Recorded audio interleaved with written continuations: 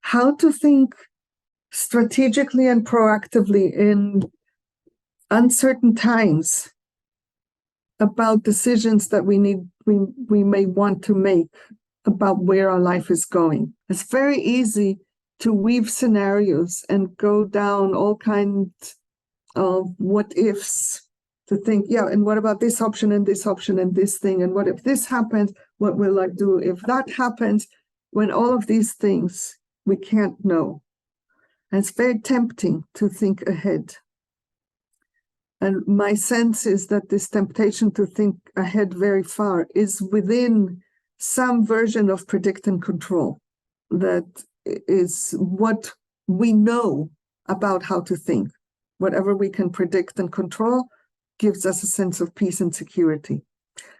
And given that that is not possible, there is a principle of making the least number of decisions that is possible to make, only based on information that is available now, and making as few irreversible decisions as possible. That's it. That's the simplicity. And what that allows us to do is to maintain the rigor of being within what we know instead of spinning within what we don't know. It's very difficult and very relieving when we're able to do this.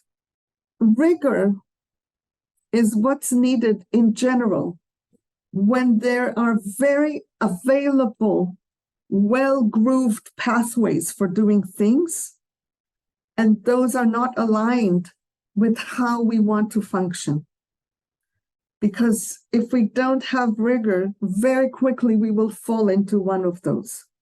When we have high stakes, uncertainty, what am I going to do with my life? How am I going to respond to this new set of circumstances, etc.?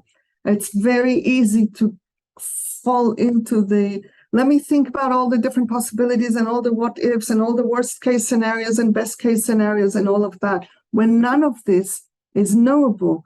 And I am generally putting energy into something that I don't know. And the rigor is to stay only with what I know.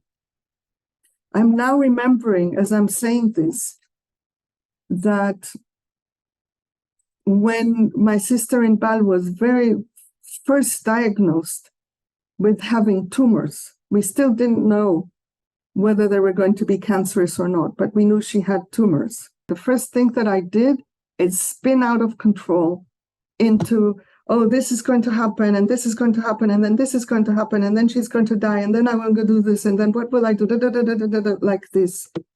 And I had the amazing grace of having a conversation that first day with someone, and I adopted and managed to stay with the principle of being only with what I already know. And what we knew at the time was that she had tumors and that there was going to be surgery within a few weeks. That's all we knew. And that's what I needed to be with. How do we orient to the reality that she has tumors? How do we prepare for the surgery? That's all that needed to happen. Then anything else is living in the future. And it took rigor. And after a while, it no longer took rigor. Over the 7 years that she was dealing with cancer, I think I spent a total of maybe 40 hours over 7 years in the future, instead of being in the present, what we know, what is needed now. And at a certain point, I even understood that staying with the present and with what I know now will also be preparation for if she dies. I don't need to prepare for her death. It's just going to be a new series of events. So for 7 years, I was fundamentally able to stay in the future. And that takes rigor, because it's very easy to spin into the future and not be just with the present.